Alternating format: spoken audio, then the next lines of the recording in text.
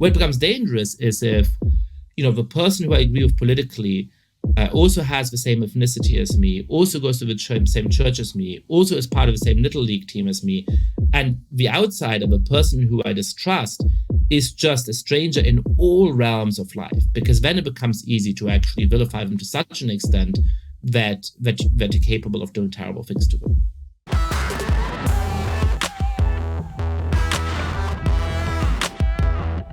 Hello and welcome to Trigonometry. I'm Francis Foster. I'm Konstantin Kishin. And this is a show for you if you want honest conversations with fascinating people. Our brilliant guest today is a political scientist whose latest book is called The Great Experiment: Why Diverse Democracies Fall Apart and How They Can Endure. Yascha, Mounk, welcome to Trigonometry. Thanks so much for having me on. It's a real pleasure to have you on. You and I have been messaging back and forth for years now, trying to get you on the show. I'm pleased that we can do this now with your book coming out, which Francis and I both really enjoyed.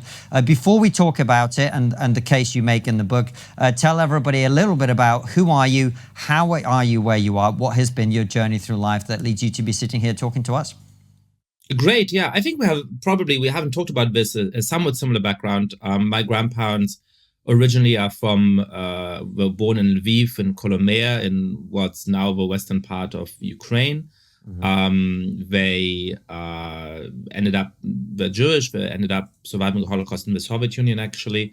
Went to Poland in hopes of, building up a better political regime. They were ardent communists. They realized that their hopes were misplaced and were in fact thrown out of a communist regime in 1968, and so I ended up growing up a little strangely in Germany, and then went to university in England. Spent a few very nice years there before coming to the United States for grad school, and so now I've been living in America for about 12, 15 years. And my intellectual journey is that I thought I would do various things, thought I'd do theater and a bunch of different things, but in the end I sort of got stuck on writing in academia. And when I was a grad student in political science, I was surprised to hear the consensus in the field being that certain countries in the world just have these very stable democratic institutions, these very stable democratic systems, so we don't have to worry at all about how democracy will play out in countries like Britain, like the United States, like Germany. And perhaps in part informed by the history of my family, I thought, hey, I've seen a couple of big historical surprises. And I'm not so sure that's true. And so I started to warn about some of the threats to our democracy. And that's sort of how I made my name. And so my last book was called The People versus Democracy, and it was about the threat of authoritarianism and populists on the right and also on the left. And this book is really trying to think about, I think one of the things that is making this political moment so fraught, which is how do we build these deeply ethnically and religiously diverse democracies that treat the members fairly without falling apart, without fragmenting, without making everything about group identity, without oppressing some people in terrible ways. So that's where I'm at. Well, it's a really interesting book, and I want to delve into it. But before that, can we talk a little bit about history? Because it seems to me, and I'm welcome being corrected on this, that the experiment that we are conducting in the West is an experiment, and it is unique in terms of human history. Historically speaking, my understanding is generally even multi-ethnic empires, whether that was the Ottomans or the Russian Empire, various Chinese empires, they tended to be a primary ethnic group that was considered superior, and all the others would be some form of second-class citizens. They wouldn't necessarily be persecuted, but they would have reduced rights, or they would have to pay special kind of tax or something. How unique is the sort of multi-ethnic, quote-unquote, multicultural societies that we are now experimenting with in the West? Yeah, so this is one of the things that I had a sense of before writing the book, but researched much more deeply as I was preparing to write it. And, the historical precedents are not good. You see that a lot of the worst conflicts in human history pit these different ethnic, religious, cultural, sometimes national groups against each other. Not every big crime in history is along those lines, but most of the big crimes in history, most of the wars and civil wars and genocides and forms of ethnic cleansing do pit one group against another in that kind of way. And the history of democracy is not great either, because actually most democracies in the history of the world have either prided themselves in their ethnic purity, or at least in the ethnic purity of those who really had something to say. That's true in ancient Athens, in the Roman Republic, in the city-states of medieval Italy. Or like the United States, they were founded at a moment when they really were diverse, but they excluded and oppressed some groups in terrible ways, as was the case, obviously, with slavery. And so actually, the kind of multi-ethnic empires you're talking about are some of the better examples, are some of the places where people were relatively free to go about their religion. There are places where for a few centuries at least, these different groups managed to coexist somewhat peacefully. But as you're saying, obviously there was still one dominant group, and it did have privileges. It did have a lot more standing. There was real restrictions on minority groups. And obviously we want to live in a democracy. And, paradoxically, the empires made it a little bit easier in one key respect, which is that in an empire, you don't have power and I don't have power. And so if your group has more kids or there's more immigrants that look like you rather than me, it doesn't really change anything because, we didn't have power to start off with and we sort of had to rely on the monarch. In a democracy, you're always looking for a majority. And so if you feel like, hey, I'm in the majority group, and now suddenly there's these other people coming in and they're having more kids and they're growing more quickly than I am, then perhaps I will lose power.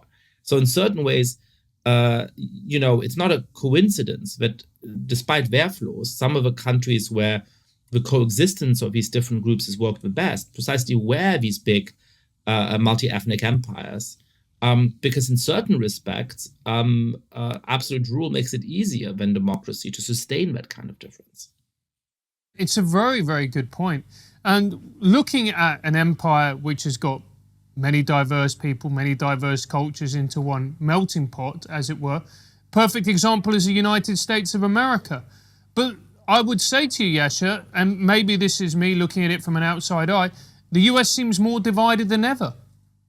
Well, it certainly does. And sometimes looking at it, I sort of have two hats, right? I've been living in the United States long enough, but I feel like I'm really in this political discourse. I've become a United States citizen. I've been a citizen now for about 5 years.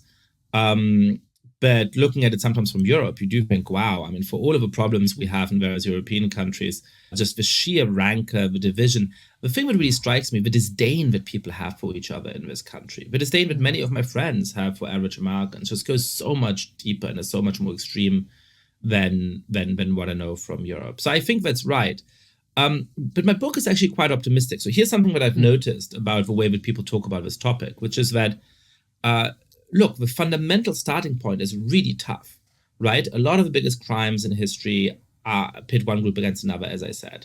Democracy makes it harder in some ways. There's a third point, which is that humans tend to form groups and then favor the members of the in-group over everybody else. And we tend to think about that as other people doing it, but we all have this instinct. So I'm really struck by the fact when I teach a bunch of kids, I'm a college professor and I have a very diverse student body, and they think of themselves as some of the most tolerant people in the world. In some ways they are quite tolerant, in other ways they're quite intolerant, but they don't think that they're groupish, right? They don't think that they would ever treat somebody better because they're a member of the same group over somebody else. And I have them play this simple game where I ask them, is a hot dog a sandwich? And they debate that for a little while, and they think, what on earth does that have to do with political science? But they also clearly enjoy it. And then I have them play a little group where they have to give people points that they can redeem for a little bit of money. And it turns out that the kids who think that a hot dog is a sandwich start to discriminate against the kids who think that a hot dog is not a sandwich. So a question like that is actually enough to motivate this in-group favoritism mechanism, right? And so you take those 3 points of difficulties together and you realize that it's really hard to build diverse democracies. And it's not a surprise that we sometimes are divided. It's not a surprise that we have real injustices. But that actually allows you to be a little bit optimistic, because then you say, hey, the task that we're trying to accomplish here is really hard.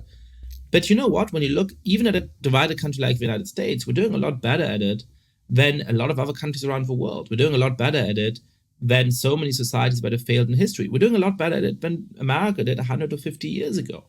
And a lot of people come to this topic in the other way around, right? They're like, this should be easy. How hard is it to tolerate your neighbor? How hard is it not to be a bigot?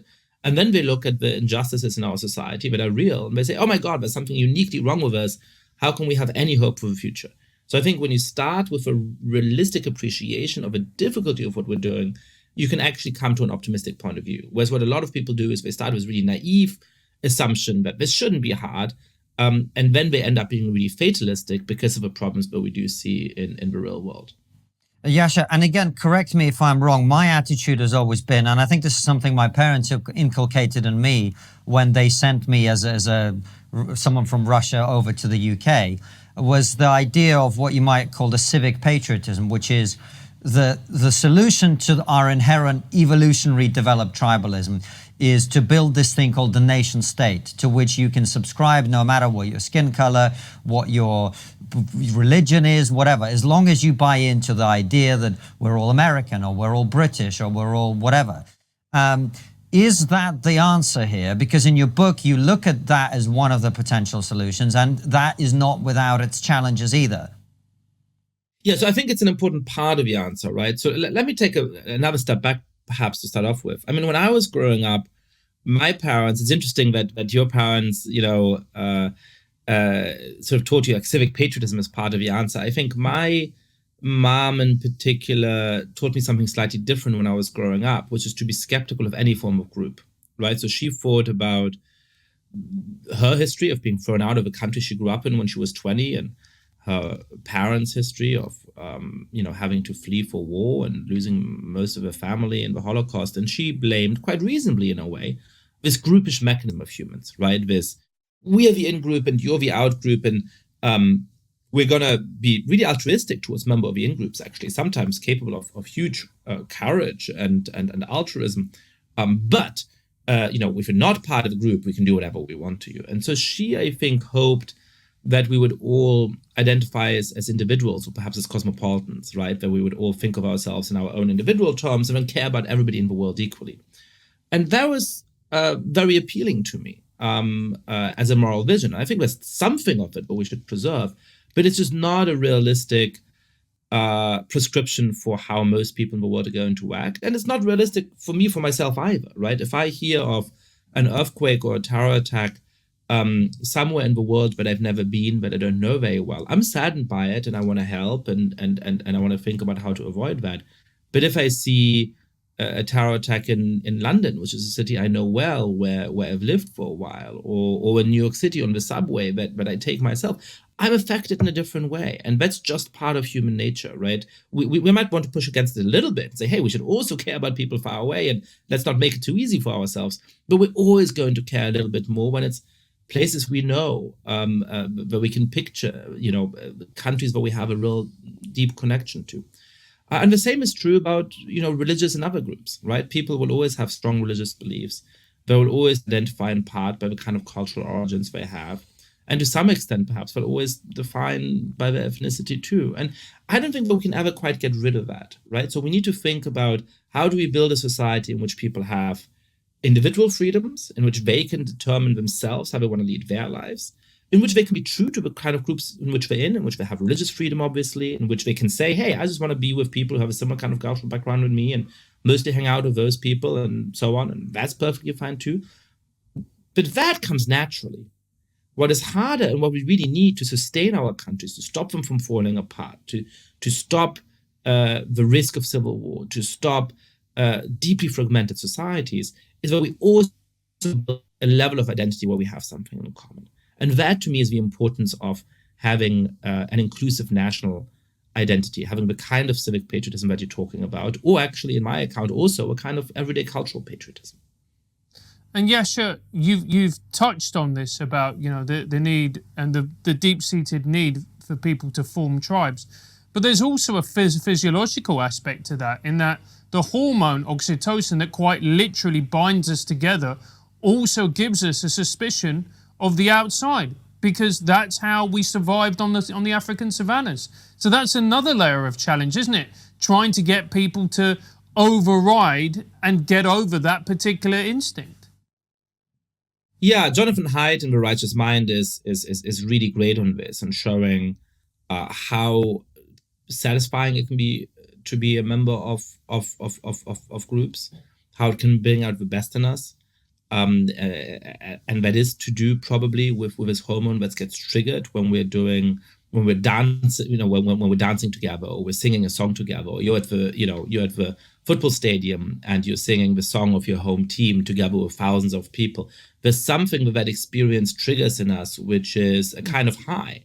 And it can make us feel loving towards other people. It can make us risk our lives. It is in part what's happening in Ukraine today, where millions of people are volunteering to risk their lives to stop this terrible invasion from Vladimir Putin's troops. So these forms of collective being together, sometimes in the form of, at the national level, of patriotism, sometimes in the form of your football team or whatever other, your friends being out singing karaoke together. It can be different forms of group. Is really positive. But as you're saying, it then also pushes very quickly to say, well, hang on a second, but if a member of our group is threatened, we're going to go and beat you up, right? If there's something that threatens this group from the outside, true or imagined, I'm also going to be capable of this sort of deep ferocity against others.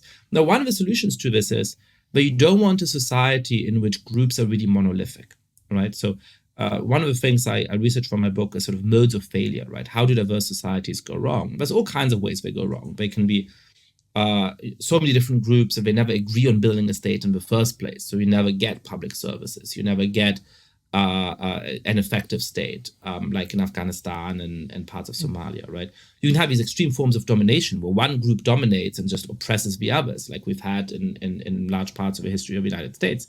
But you can also have what's happening in Lebanon. So it's such a deep fragmentation that there's barely any Lebanese identity. What there is Sunni and Shia and Maronite Christian identity.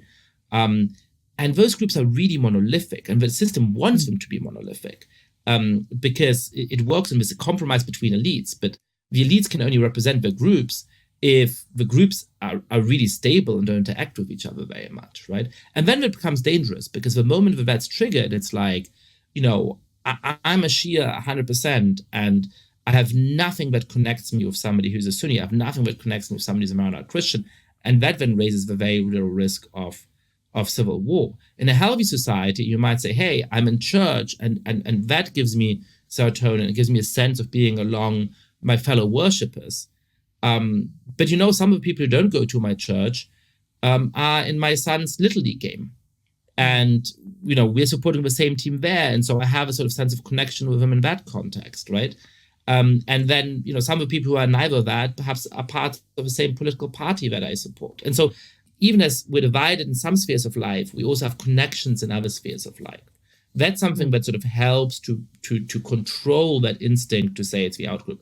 Where it becomes dangerous is if, the person who I agree with politically also has the same ethnicity as me, also goes to the same church as me, also is part of the same Little League team as me, and the outsider, the person who I distrust, is just a stranger in all realms of life, because then it becomes easy to actually vilify them to such an extent that you're capable of doing terrible things to them. Hey Konstantin, do you love trigonometry? I'm from Russia. I cannot love anything apart from vodka, miserable literature, and the horrendous downfall of my people. But yes, I find trigonometry satisfactory. And do you like live shows? Of course, but only if it's Chekhov play about collapse of Russian aristocracy as they face death and obscurity before the glorious might of the proletariat and the beautiful revolution. Okay, mate. Well, if you like trigonometry live shows, then get your credit card out for the lads, because we're coming to the Edinburgh Festival this August. We have only booked 2 shows, August 6th and 7th, because if we do more, the comedy industry will treat us like the czars and execute us. That's right, we're going to be in Edinburgh for 2 days only. Saturday's guest is Andrew Doyle, which is sure to sell out. Our other guest is Leo Kearse, which means when Nicola Sturgeon hears about it, she'll ban us from Scotland herself. Tickets are sure to sell out, and when they're gone, they're gone. Click on the link below and we'll see you in Edinburgh on the 6th and 7th of August at the Gilded Balloon Teviot. Come and see us before hordes of left-wing comedians try to put us in gulag. What do we do then with identity politics, which encourages people to see themselves in this way, which encourages people to tribalize, which encourages people to think that they're oppressed, that the society that they live in is biased against them, that they're never going to have the same opportunities as X group? What do we do with that? Yeah. So look, one of the weird things about this topic is that no damn term you can use actually describes well and neutrally what we're talking about, right? And these terms that seem equivalent have slightly different connotations. So identity politics or woke or whatever, they all mean slightly different things, and they're all kind of embattled weird concepts. So let's be precise about what we're talking about. Because I believe in this groupishness that people have, because I think that people are always going to form those groups and sort of fight for their interests, there's certain forms of identity politics that I'm fine with, right? The fact that there is, to name a silly example, the American Association of Retired People, right? That fights for the interest of elderly people, wants to make sure that we preserve social security, and they have a bunch of other kinds of, that's perfectly fine, right? And there's other forms of interest group politics that will always exist in a free society that I'm not too concerned about, not too worried about. So if all we mean by identity politics is people have those group identities and they're going to have associations that fight Yascha, for the I'm interests sorry of to those groups in interrupt. certain ways. Sorry to interrupt. Let's just make this simple, though. We're not talking about people who are retired, because we're all going to be retired one day if we live that long. What we're talking about identity, when we mean use the term identity politics, is exclusionary ways of looking at different groups, particularly through the lens of race, sex, sexuality, whether you're trans or not, etc. This kind of thing, where these are not things that will ever bring people together. Like Francis and I, we have different ethnic backgrounds, but we'll both eventually get to a point where we're retired. Do you know what I mean? Hopefully.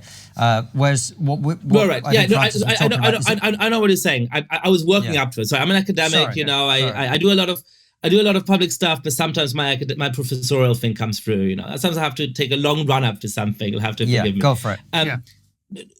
So look, the same is true for the American Armenian Association, right? That's pushing for Congress to recognize the Armenian genocide, right?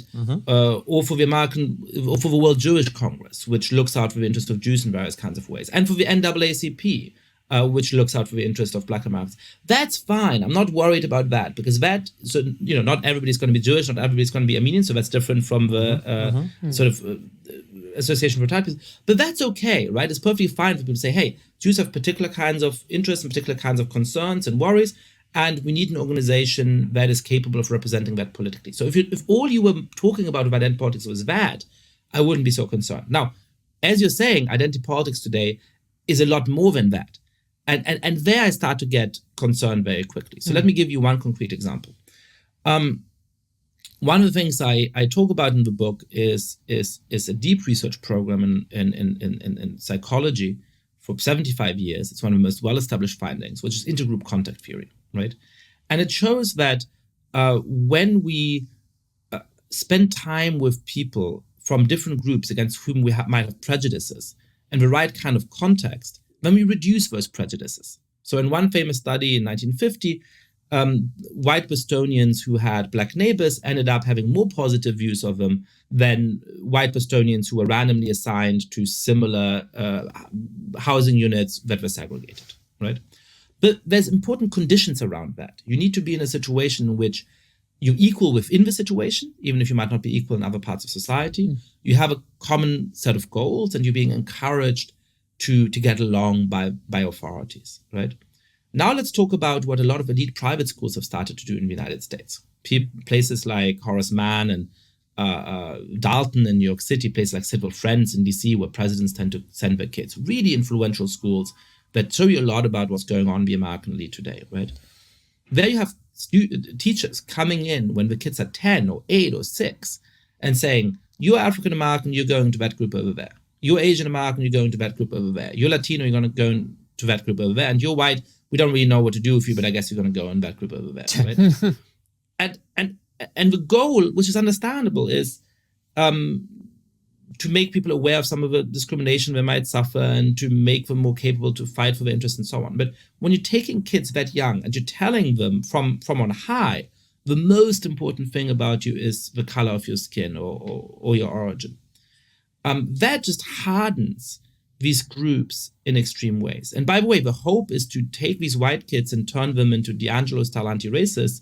If you know anything about serotonin, if you know anything about the way that groups tend to work, you're much more likely to create racists. You're much more likely to create people who say, well, my identity is as being white. I'm going to fight for the interests of white people like these other groups are fighting for their interests, right? And so when identity politics becomes the celebration of and the encouragement of group identities to the exclusion of everything else, it can start to go really, really wrong. And what would be a better kind of pedagogical mechanism? Put them in a sports team, right? Where they might start to hate the sports team of the other high school. That's okay. That's not going to tear our society apart.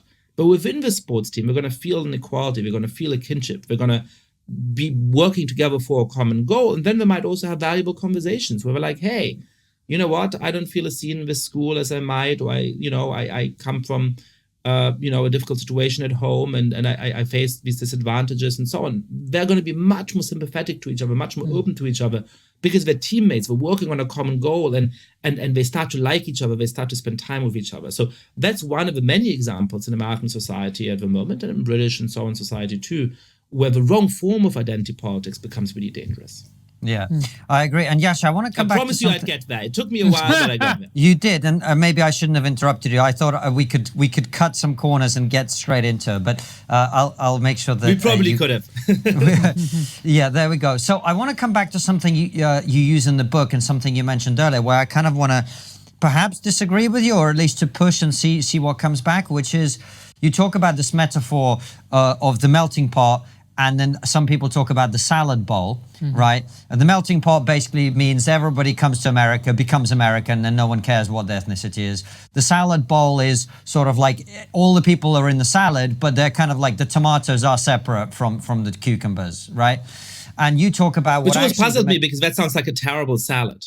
Yeah, like in a good salad, actually, everybody is mixed up. So, perhaps I like the metaphor of a salad bowl if it's like, a sweet green salad. Anyway. Right. And then, of course, you talk about the way that it ought to be, I think, is a park where everybody can come and everybody can sit next to each other and have a picnic and mix as they wish or not, right? And this is where I might disagree with you, because I know that having lived in the UK, you've seen that we have had problems with integrating certain communities into the family of British people, if you like. That there are some people who've integrated very well after coming to the UK and others that are struggling. They're not doing very well. They're not doing well in education. They're not doing well in terms of embracing certain aspects of British traditions and values. They're not serving in the British military in anything like the numbers of every other group, for example. They are excluded. They live in separate areas and so on. Is that not a problem that has to be overcome for our diverse societies to triumph and succeed in the future?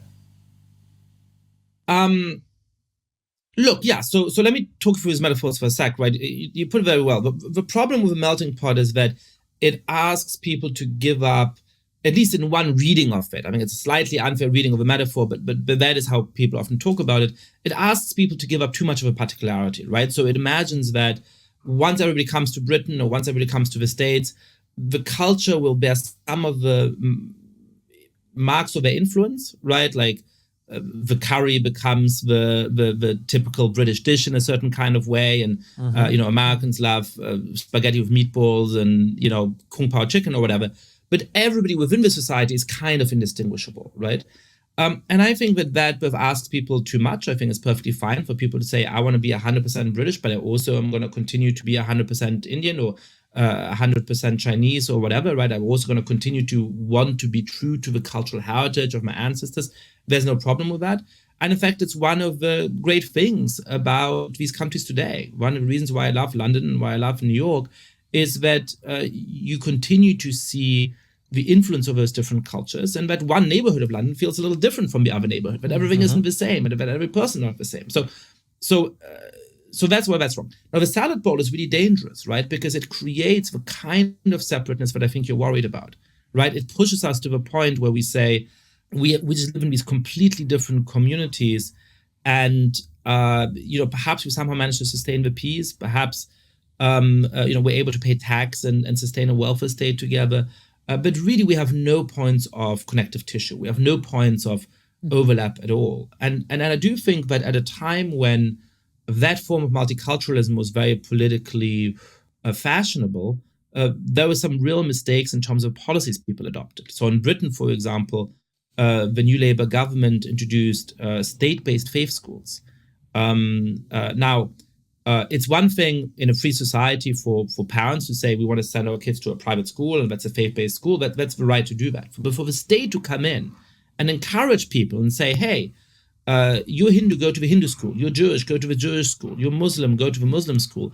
That, I think, is really raising the risk of having these completely separate communities that don't speak to each other, mistrust each other, and that then also become much more likely to harm each other. So the salad bowl, for that reason, I think is a real mistake. And so my image is that of a public park because of two things. In a free society, you have a right to decide who you hang out with, right? And if we have a fun conversation as we're having, we can go to a park together after this conversation and say, we just want to be among ourselves and keep this conversation going. We don't want to talk to anybody else. Or we might say, hey, this is a fun conversation and now we're kind of feeling loose and perhaps there's some fun people sitting next to us and we get into a conversation with them and we make more friends. In a free society, you have a right to do either of those things. You can be Amish and stay among the Amish community all of your life, and that's your right to do. If all of society becomes like that, right? Or if there's some groups that completely cut themselves off from the rest of society in a way that undermines any ability to sustain common values, that becomes an economic problem, that becomes a problem of potentially deep mutual mistrust, then I really start to worry. So it's fine for some people to say, hey, the most important thing about me is my group and I'm going to remain a member of it. But looking at it from above, as it were, looking at it from the outside, you need enough people to have enough of those connections that you don't end up in the salad bowl, that you don't end up having these really separate communities. Now, I don't know enough about the situation describing to know whether or not that's a fair description of some communities in Britain, but certainly if the description is as you say it is, I would agree that that's a problem. I would put that under the salad bowl rather than the public park. Right. But I suppose what I'm saying is, if we accept, as I completely accept your idea that human beings are always prone to tribalism, then unless people are encouraged by the state to shed some of their past identity, right? Some, not all, but some. What possible reason would we have to go to a park and communicate instead of going to a park and going, this is my part of the park and you're not coming in because this is where, the pointy hat people sit and this is where the flat hat people sit. And we're going to keep apart because that is our instinct, as you say. What is going to encourage us to do that if it's not the state saying, look, we're all British and you can cook the food you want and whatever, but we all speak a certain language, we all buy into certain values, we all develop a sense of patriotism about our country, etc. How is that going to happen unless the society encourages people to buy into a single identity?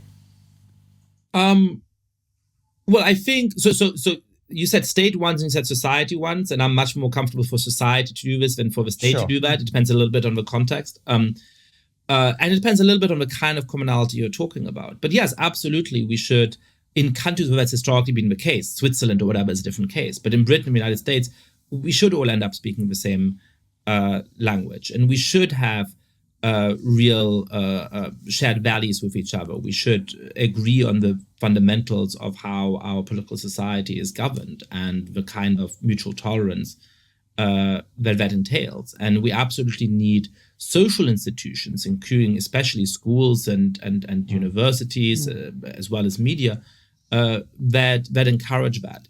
Now, I'm actually quite optimistic about that. So language is a great case, right? You have fears on the right that immigrants who are coming in aren't really learning the language of whether it's English in Britain and the States or German in Germany and so on. And you have some people on the left saying they shouldn't. So there's a fashion book in the States at the moment which basically says, don't integrate at all. If you're always going to speak Spanish and always going to speak Chinese, that's perfectly fine. I think that just misses the sociological reality. Because sociologists have a really fascinating model about how language acquisition works for immigrants. And it's striking how true it is in many, many different contexts. So here's what happens, right? The first generation comes in, and especially if they come from somewhat less educated backgrounds, had less educational opportunity, especially if they come as adults, they often don't learn the language very well. Some do, but many people might live in a country for decades and never fully learn the language, right? Their children are going to speak both languages well because they go to school in English or German or whatever the language may be. But at home, they at least need to understand the language of origin. Often what happens at home actually is that the parents speak to them in the language of origin and they often respond in English, right? But the majority of these kids prefers to speak English with their siblings, with their cousins, with other people from a similar background of migration. So they speak the language of origin pretty well, but they prefer English. By the third generation, by the generation of grandparents of the immigrants, English or German or the language of a new society wins a complete victory. So only about 1% of the grandchildren of immigrants still speak any of the language of origin. Now that, by the way, is a little bit sad. It'd be nice if they spoke it a little bit, right? But that just shows that actually the power of integration in our societies remains very strong. Now, there's reason to worry about that in the future. There's reasons to think about under what circumstances would that change. But for now, I'm just actually quite confident about the ability of Britain to turn the children, the grandchildren of people who come to the country into people who feel British and who are seen as British and certainly who speak English. Hey Konstantin, do you like trigonometry? Of course, what's not to love? Incredible interviews, hilarious raw shows, plus we're going to start doing weekly satirical comedy like the ones that we used to put out. I'm Konstantin Kisin, and you may remember me from my stint hosting a kids' TV show on Al Jazeera. And I'm Francis Foster, a man who looks like a cross between Louis Theroux and a beaver. We are going to start doing them, but we need your help. As the show grows, Francis and I are finding it increasingly difficult to stay on top of everything we've got to do. With 2 interviews and 3 raw shows every single week, plus loads of admin on top of that, we've got more work on than Justin Trudeau's makeup artist. Do you miss comedy that's actually funny? Comedy that pulls no punches and isn't all about how we must fight the structures of patriarchal oppression by toxic straight white men. If you want real comedy, you can make that happen. If we can get an extra 250 local supporters by March 15th, we'll be able to outsource a few of the day-to-day things that we do and free up more time to make incredible content for you.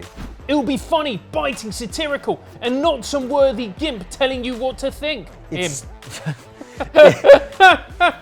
$7 a month, which is £5 if you live in the civilized world. Join our locals community using the link in the description and help us make comedy great again. Yascha, at the very start of the interview, you gave the example of the sandwich and whether people see a hot dog as a sandwich and if they don't. And you found that people, were disagreeing and there was discrimination going on. But there's one important thing that you missed, Yascha. Social media. People going on social media, on Twitter, and going, you're a fucking idiot because you think a hot dog is... Do you know what I mean? There's a whole other element to this conversation now which didn't exist 20 years ago. Yeah, absolutely. And one of the things I worry about is the way in which social media can split us into these very tiny tribes, right? So for a lot of the history of these diverse societies, the tribes were kind of relatively big, right? I mean, perhaps there was 2 tribes in a society, perhaps there was 10, perhaps there was 50. But there were these long-standing religious, cultural, ethno-linguistic groups. Social media can, under certain circumstances, deepen the attachment to them and deepen mistrust against outsiders. But a lot of the time what happens is actually a slightly different problem, which is, here's a good story from Twitter, right? Like this vegan activist who has a lot of followers and posts about how anybody who's not vegan is kind of bad and all that stuff, right? And then she lives in a suburb in the States and she, comes home and she sees the little girl who's crying. And she walks up to the little girl and says, are you okay? What's going on? Why are you crying? She said, oh, all my friends bought ice cream and I didn't have money to buy ice cream. And she said, oh, the truck's still there. Come, I'll buy you an ice cream. And she posted, a nice little story about this on Twitter, right? What do you think happens next? Well, obviously, all of her hardcore fans turn on her and say, how can you sell out like this? You've become a shill for the dairy industry. How dare you buy this ice cream that contains dairy for those kids?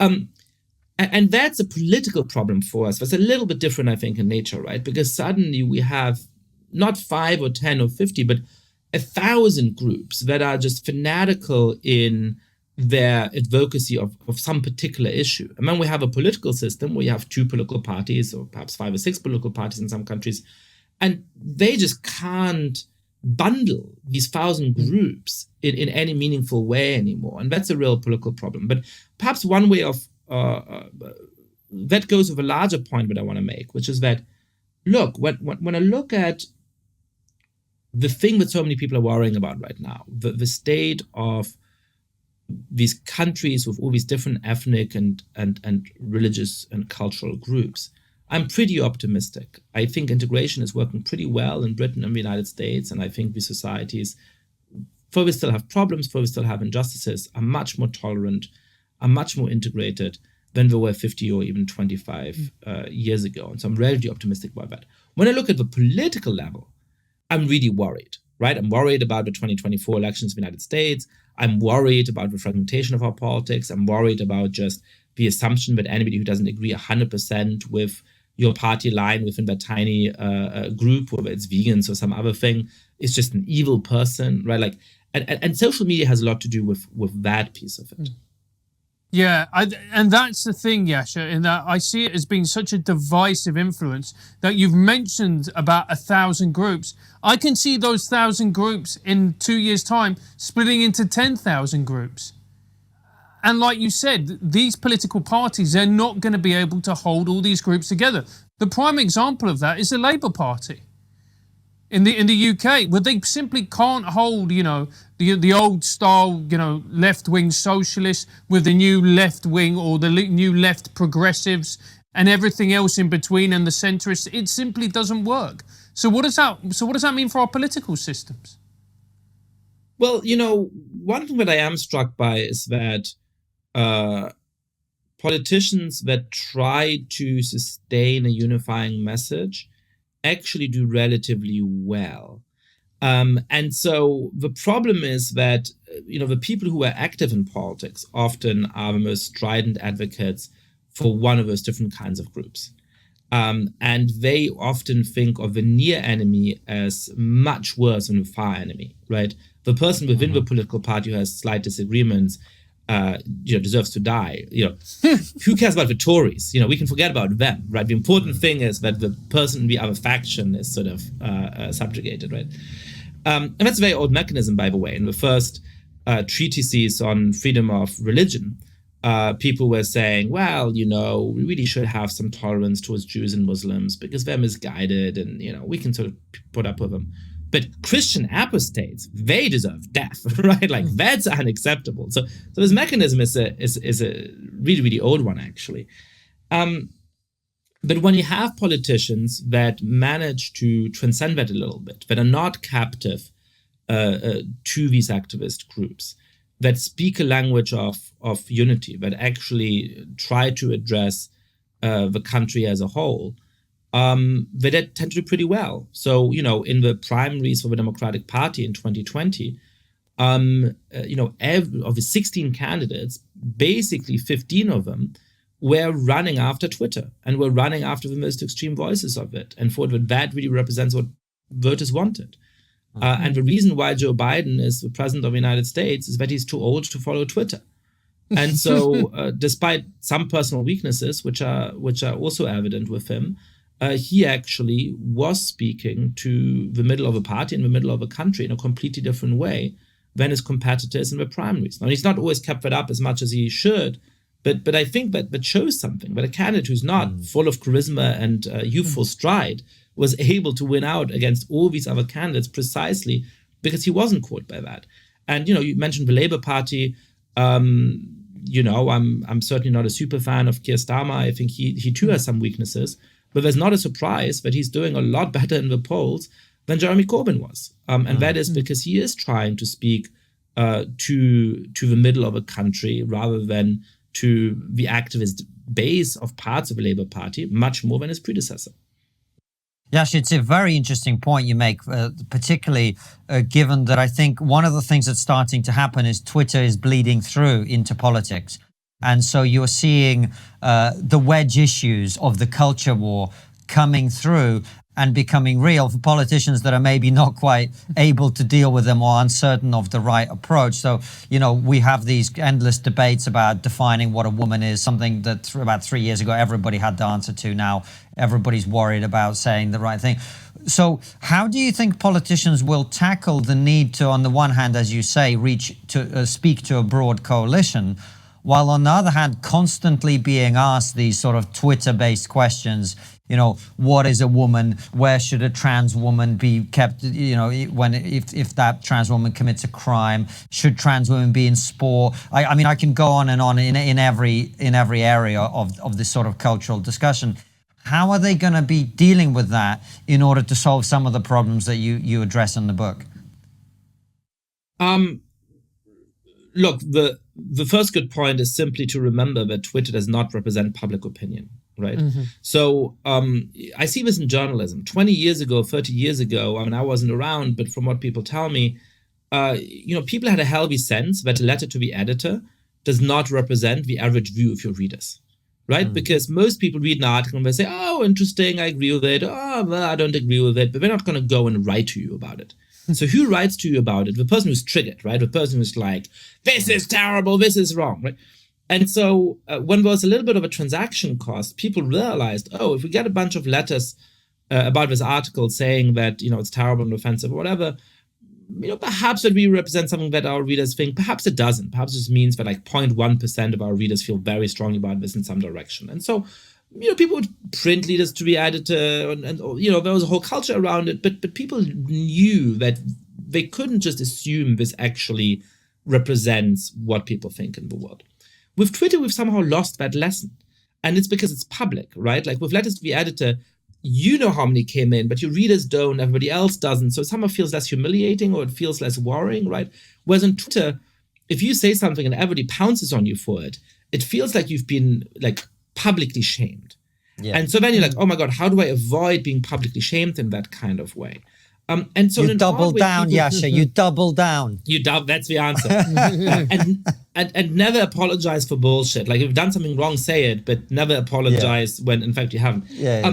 But that makes a real difference because suddenly we know that on the left and on the right, the people who use Twitter actively are very extreme relative to the average of a population because most people have better things to do than to argue on Twitter all day long. I say with a lot of Twitter followers who spend way too much time on Twitter, but I'm a political scientist. I care about politics. I think about it over time. Most people don't, right? And most people have pretty moderate opinions actually. And so the first thing to do is simply spend less time on Twitter if you're an important decision maker. Look much more at opinion polls, look much more at focus groups in which you hear ordinary people actually talking out issues than you do at what you see on Twitter, because you're going to miscalculate about where people are. That's the first lesson for political candidates in particular. The second is when there's a firestorm on social media, right? When one of your employees is being targeted, if you lead an institution, just wait it out a couple of days, right? Nearly all the time, people get bored of these campaigns. They just need somebody to shout at that day because they woke up on the wrong side of the bed. And by the next day, they're going to be shouting at somebody else, right? So rather than firing somebody, rather than jumping to some huge conclusion about how you're going to change your organization, just assess it in a calm way. If there's accusations that somebody in your organization did something heinously wrong, investigate. If it's true that they did do something substantively wrong, there should be consequences if it's the sort of thing for which there should be consequences. But don't just fire them the moment that 200 people on Twitter are calling for their heads. That's a huge mistake. And so I think, social media is always going to be a little bit crazy, and that's actually fine. I don't worry about what happens on social media. I worry about what happens off social media. I worry about the inability of our institutions to actually put that in context and act on it in appropriate ways. That is a very, very, very good point. Yasha, what do we do with what you're talking about and the need to have these, melting pot societies, as it were, things to be more homogenous in the era of globalization, where people are becoming more fluid about where they live, if you take the European Union, freedom of movement, doesn't that mean that that sort of state that you want to work towards and that state of living is becoming ever more difficult and, dare I say it, old-fashioned?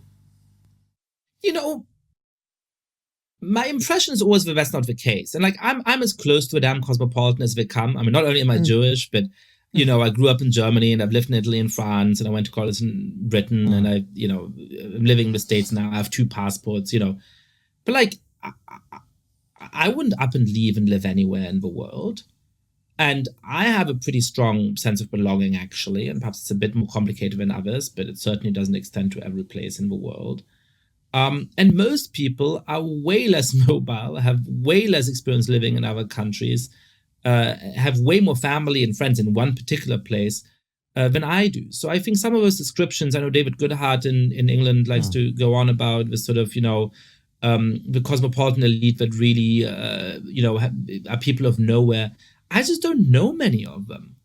Most people, if you're pretty educated and perhaps have some money, you're very comfortable flying to X, Y, or Z place tomorrow for 2 weeks. But after 2 weeks, most people want to go home. And perhaps if you're in your 20s and you have a professional opportunity to go live in another country for a few years, there's a bunch of people who love the idea of that. But after that, most of them want to go home. Or they decide, hey, I've fallen in love here, I've stayed here, and I'm going to make my home here, but I'm going to build roots here and stay in this new country and actually really be rooted there. The number of people who really are sort of, let me live in Hong Kong for 2 years and then in London for 3 years and, then in Rio de Janeiro for 5 years and, then in Seoul for 1 year, that is an extremely, extremely, extremely small number of people. I would say we've had David on the show, and just so to defend him a little bit, I think his argument is a little more complex than that, because his argument isn't that, say, someone like you, and you were definitely anywhere in his conception, you might have a feeling of attachment to New York or London or wherever you live.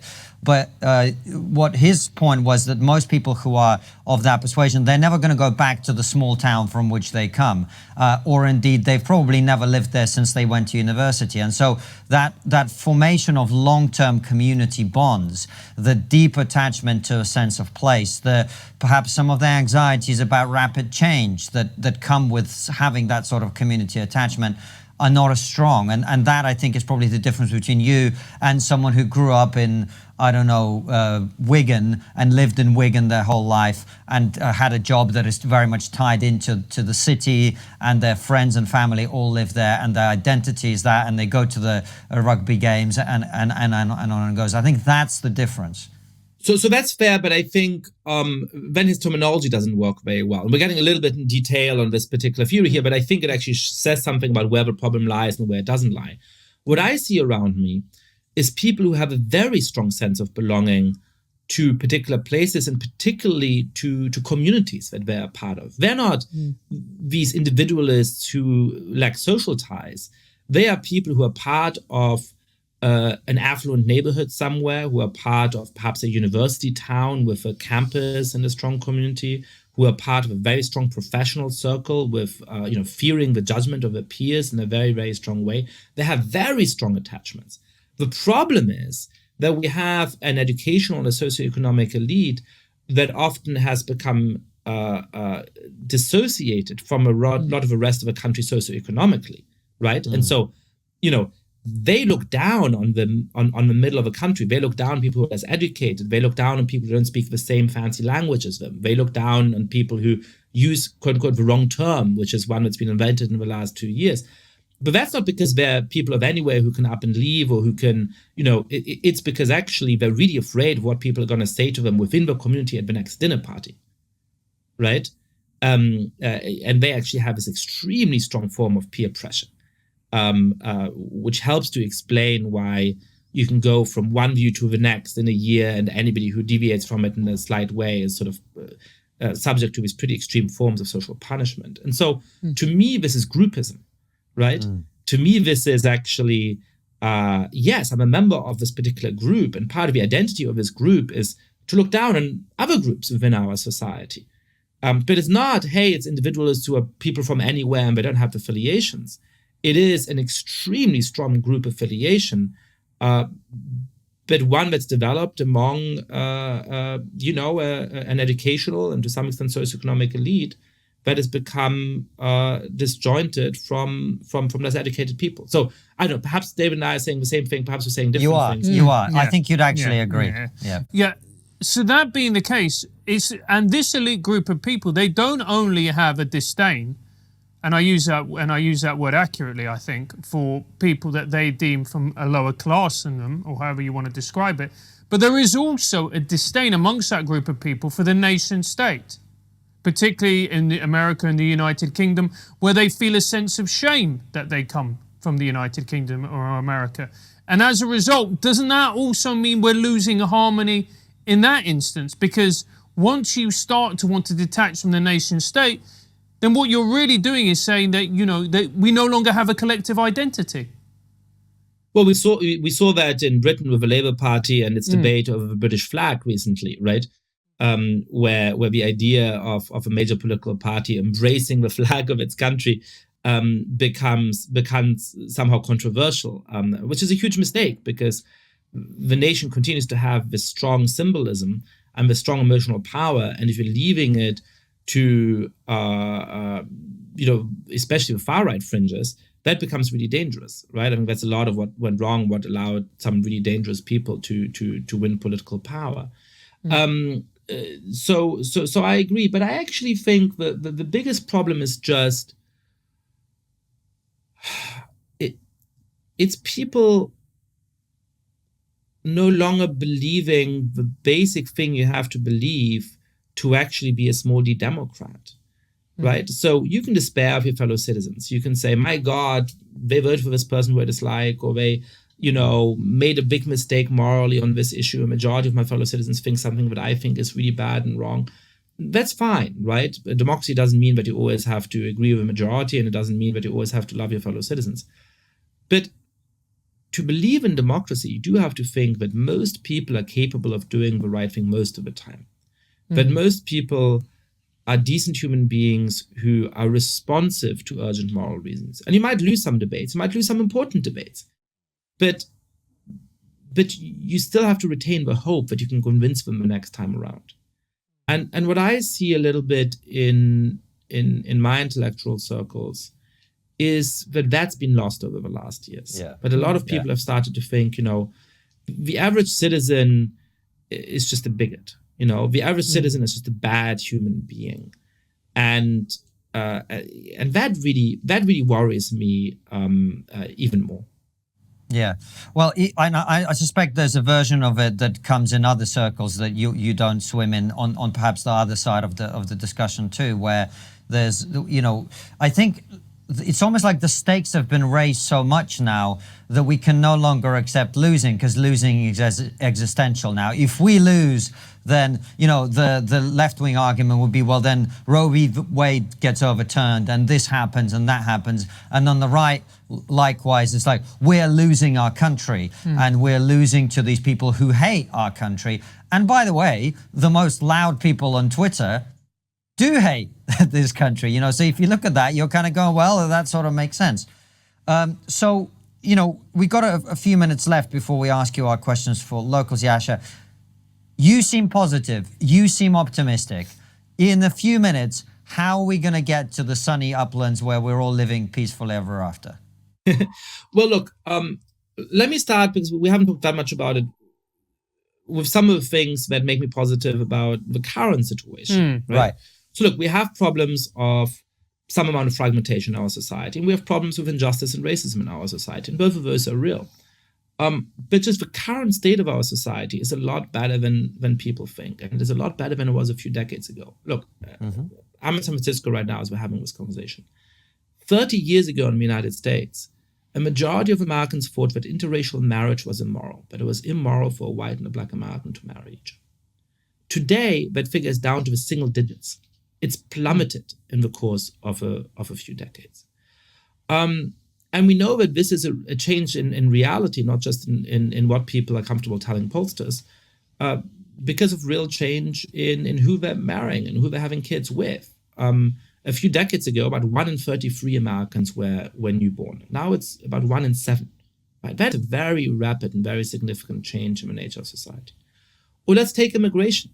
Right? On the far right, you have people who say, look, immigrants 100 years ago from Italy and Ireland in the United States, for example, they succeeded because they were the right kind of immigrants, right?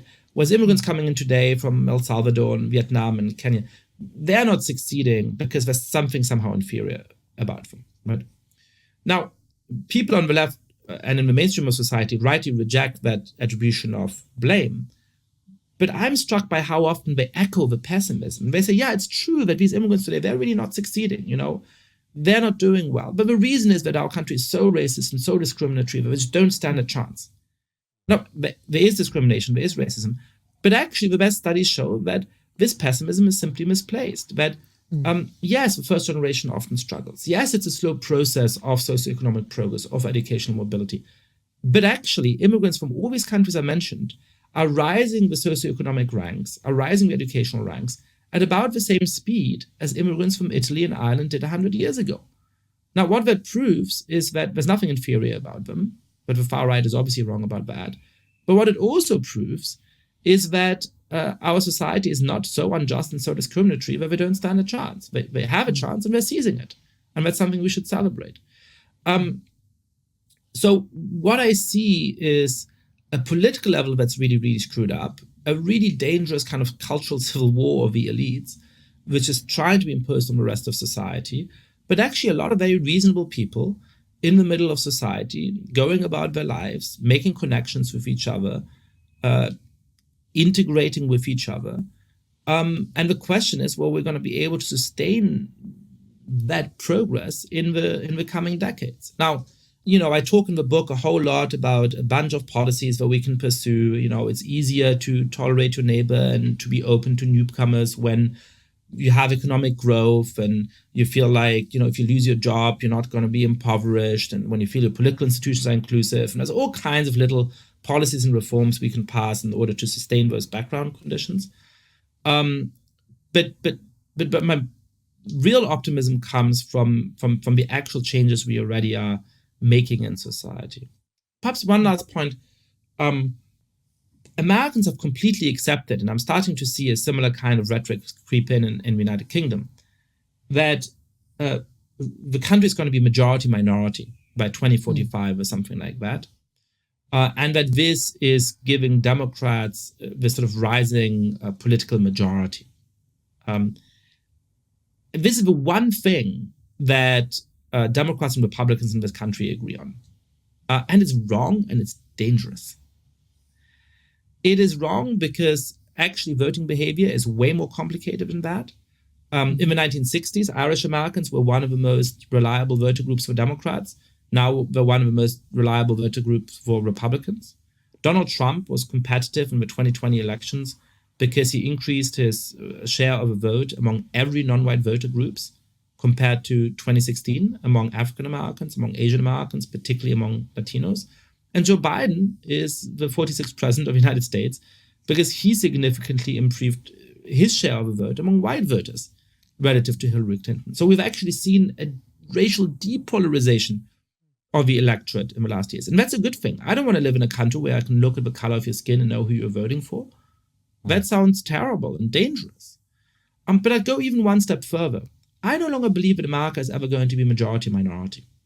Now, if you accept the definition of the United States Census Bureau, if you accept the one-drop rule generalized to every demographic group, if you accept that anybody who has, 7 white and 1 Asian grandparent is a person of color, right? If you accept that anybody who has any kind of connection to a Spanish or Portuguese-speaking country, like my Brazilian Uber driver yesterday who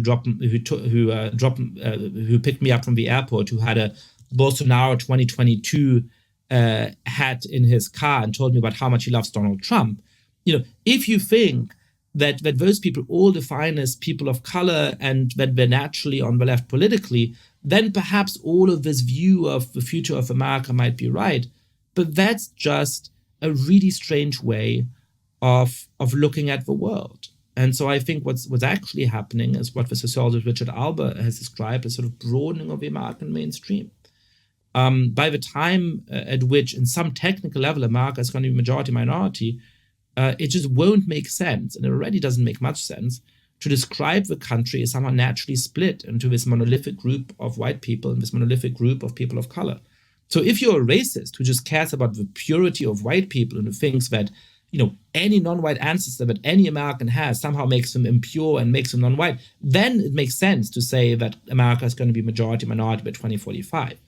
If you're somebody who's actually thinking about sociological reality and people's self-conception, how they think about themselves, how they interact, who's friends with whom, who's married with whom, how people are voting, this whole concept doesn't make any sense. Yeah, Yasha, thank you so much for coming on the show. It's been a pleasure. If people want to find you online, if they want to buy your book, how do they do that? Well, buy The Great Experiment. It's called, in the United States, called The Great Experiment, Why Diverse Democracies Fall Apart and How They Can Endure. In the UK, it's called The Great Experiments, How to Make Diverse Democracies Work. You can buy it in your bookstore. You can buy it on terrible online retailers like Amazon. You can buy it anywhere. 3 more plugs. Follow me on Twitter, Yascha_Mounk, YASCHA_MOUNK.